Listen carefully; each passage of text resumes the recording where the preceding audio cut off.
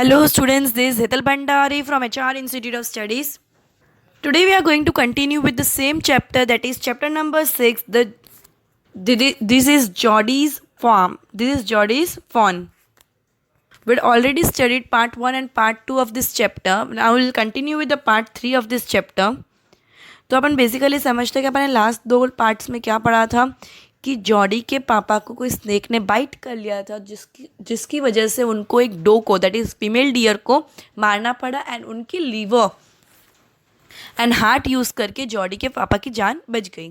तो जॉडी को ऐसा लगता है जो उनका जो फीमेल डियर की जो बच्चा था that is fawn, female deer का जो बच्चा था दैट इज़ फॉन, वो उसका क्या होगा, उसको जॉडी को ऐसा था कि मैं उसको नरिश करूं, मैं उसको बड़ा करूं, क्योंकि उसकी माँ को हमने मारा है तो वो स्टार्व नहीं करना चाहिए, वो भूख के लिए मरना नहीं चाहिए। ठीक है, तो जॉडी उसके पापा की परमिशन लेके मिलविल के साथ निकलता है फ़ोन को ढूंढने के लिए, और उसको फ़ोन कहीं पर भी नहीं मिलता। वो शॉक हो जाता है कि कल तो मैं इधर देख के गया तो भी मुझे नहीं मिल रहा, हर जगह उसको खाली बिग कैट के और बिग बर्ड के फुटप्रिंट्स दिखते हैं और कुछ भी नहीं दिखता है, बिकॉज लास्ट डे बारिश आई थी जिसकी वजह से सब कुछ निकल चुका था, तो फ़ोन के फुटप्रिंट्स भी अवेलेबल नहीं थे जिसको वो फॉलो करके आगे कंटिन्यू कर सकें। So now will continue with part 3 of this chapter. Movement directly in front of him startled him so that he tumbled backward. The fawn lifted its face to his. It turned its head with a wide, wondering motion and shook him through with the stare of its liquid eyes. It was quivering. It made no effort to rise or run. Jody could not trust himself to move. He whispered, "It's me." The fawn lifted its nose, scenting him. He reached out one hand and laid it on the soft neck. The touch made him delirious. He moved forward on all fours until he was close beside it. It put his arm around its body. A light convulsion passed over it, but it did not stir. क्या हुआ इसमें, क्या बोला है 2 paragraph में कि directly थोड़ी देर के बाद क्या हुआ, डायरेक्टली उसको फ़ोन दिख गया, वो एकदम डर गया और एक स्टेप पीछे चला गया। फिर फ़ोन लेकिन किधर भी नहीं भागा, वो एज इट इज़ उधर ही था। जॉडी ने अपना हाथ फ़ोन के नेक पे रखा, वो इतना सॉफ्ट था, वो इतनी एक्साइटमेंट वाली फीलिंग थी जॉडी के अंदर। फिर फ़ोन ने भी उसको क्या किया, टच किया, स्मेल किया। जानवर यूजुअली स्मेल करके इंसानों की नीयत समझते हैं, ठीक है, तो उसने टच किया, स्मेल किया, तो फिर उसको भी कंफर्ट आने लगा जॉडी के साथ। ठीक है, तो वो जॉडी के और बाजू में गया। He stroked its side as gently as through the fawn with a china deer, and he might break it. Its skin was very soft. It was sleek and clean and had a sweet scent of grass. He rose slowly and lifted the fawn from the ground. Its leg hung limply.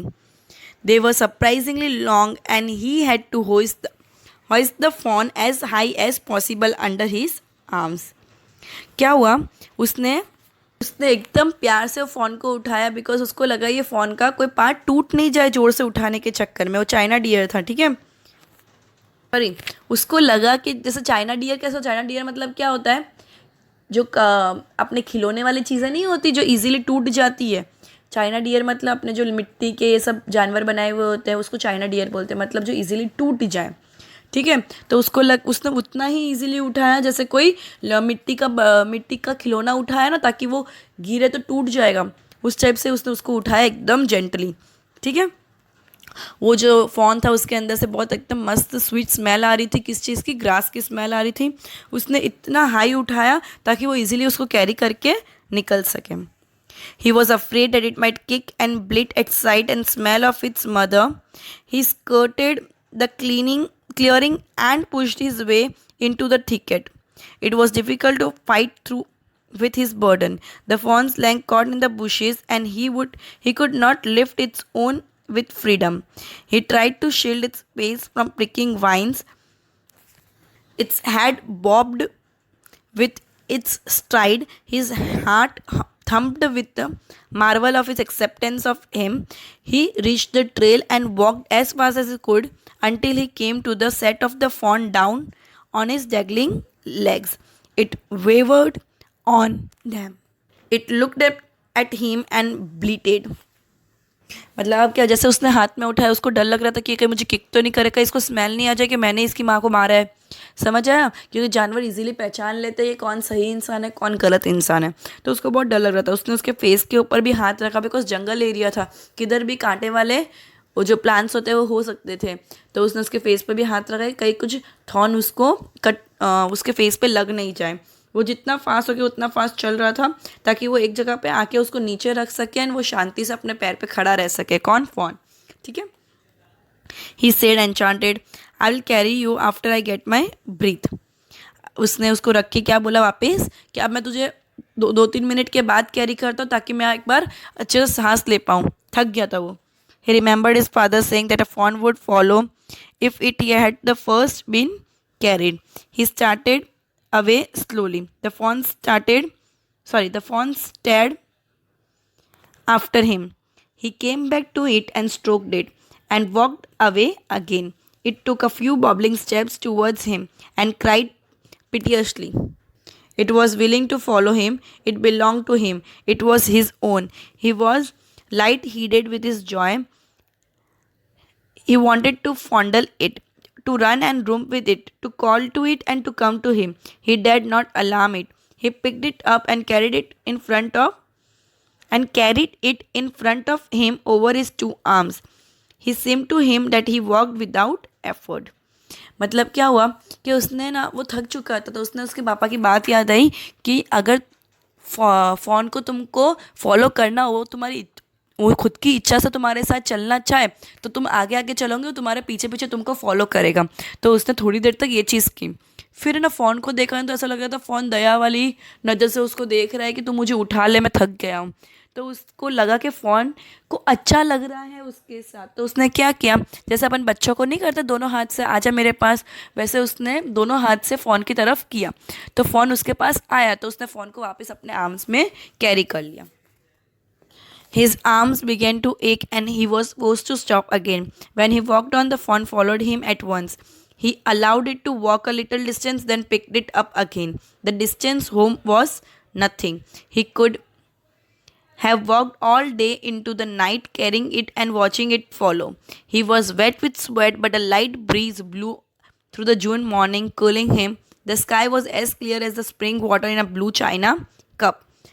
He came to the clearing.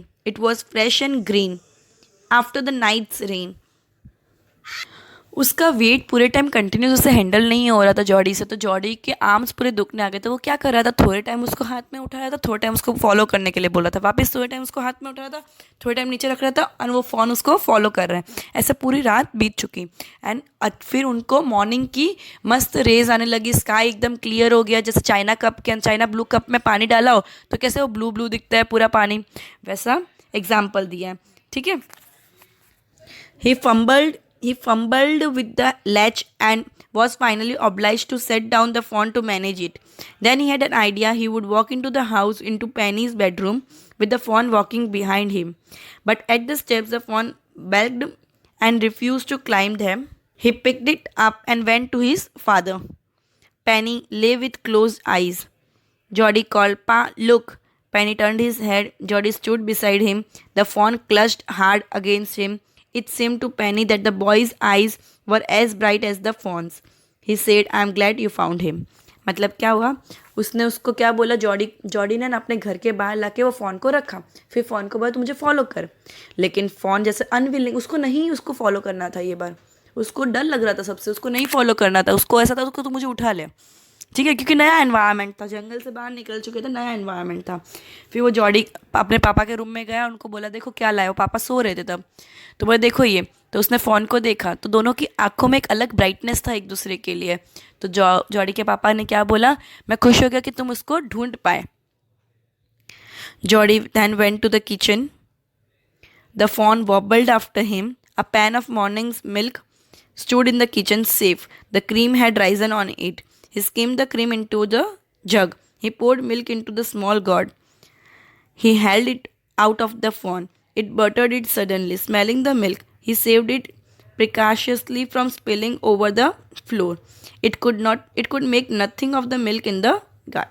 मतलब उसने क्या किया, उसने उसको kitchen में लेके गया। फिर किचन में वो एक अपन कप में मिल्क रखते, तो मिल्क में कैसे अपन थोड़ी देर रख देते तो ऊपर मलाई जम जाती है, तो उसने वो उस पर मलाई जम गई थी, ऐसा डिस्क्रिप्शन दिया है। उसने वो मिल्क किसको दिया, फ़ॉन को दिया पीने के लिए। तो फ़ॉन ने बहुत ट्राई की, वो किधर गिरे नहीं और अच्छे से पीने की कोशिश की। He dipped his finger in the milk and thrust them into the fawn's soft, wet mouth. It sucked greedily. When he withdrew them, it bit frantically and butted him. He dipped his fingers again as the fawn sucked. He lowered them slowly into the milk. The fawn blew and sucked and snorted. It snapped its small hooves impatiently. As long as he held his fingers below the level of the milk, the fawn was content. मतलब फ़ॉन बहुत भूखा था और वो पिए कैसे, उसको नहीं आ रहा था पीने के लिए। तो जॉडी ने क्या किया, उसकी उंगलियां मिल्क में डुबाई एंड वो मिल्क उसकी उंगलियां मुंह में डाल रहा था ताकि वो मिल्क उस तर जा सके। फिर वापस मिल्क में डुबा रहा था, वापस वो उंगलियां उसको दे रहा था ताकि उससे सक कर सके वो मिल्क को। ठीक है। As long as he held his fingers below the it closed his eyes dreamily. It was ecstasy to feel its tongue against his hand. Its small tail flicked back and forth. The last of the milk vanished in the swirl of foam and gurglishing. मतलब वो बहुत ultimately खुश हो गया उसका हाथ से दूध पीने में, एंड अल्टीमेटली वो फ़ॉन को ढूंढ पाया। एंड उसका जो वो था कि मेरे को उसका जो गिल्ट था कि उसकी माँ मम्मी को अपन ने मार दिया है तो उसका नरिशमेंट कैसे होगा, तो उस चीज़ पर उसने बहुत फोकस किया, उसने जो सोचा वो करके दिखाया। ठीक है। सो ये पूरी स्टोरी ऐसी थी कि अगर तुमको कुछ चाहिए तो तुमको उसके लिए कुछ पे करना पड़ता है। इन लोगों ने अगर उसकी मम्मी को मार दिया तो बेबी को नरिश किया, बेबी को अच्छे से खाना पीना खिला के उसको बड़ा किया, उसको स्टार्वेशन के लिए छोड़ नहीं दिया। तो ये उन्होंने पे किया कि बेबी को उन्होंने अपब्रिंगिंग दी। ठीक है। सो इधर ही अपना लेक्चर खत्म होता है। So goodbye everyone, will end this lecture here and will continue with the next chapter of poem in the next lecture. Till then good bye.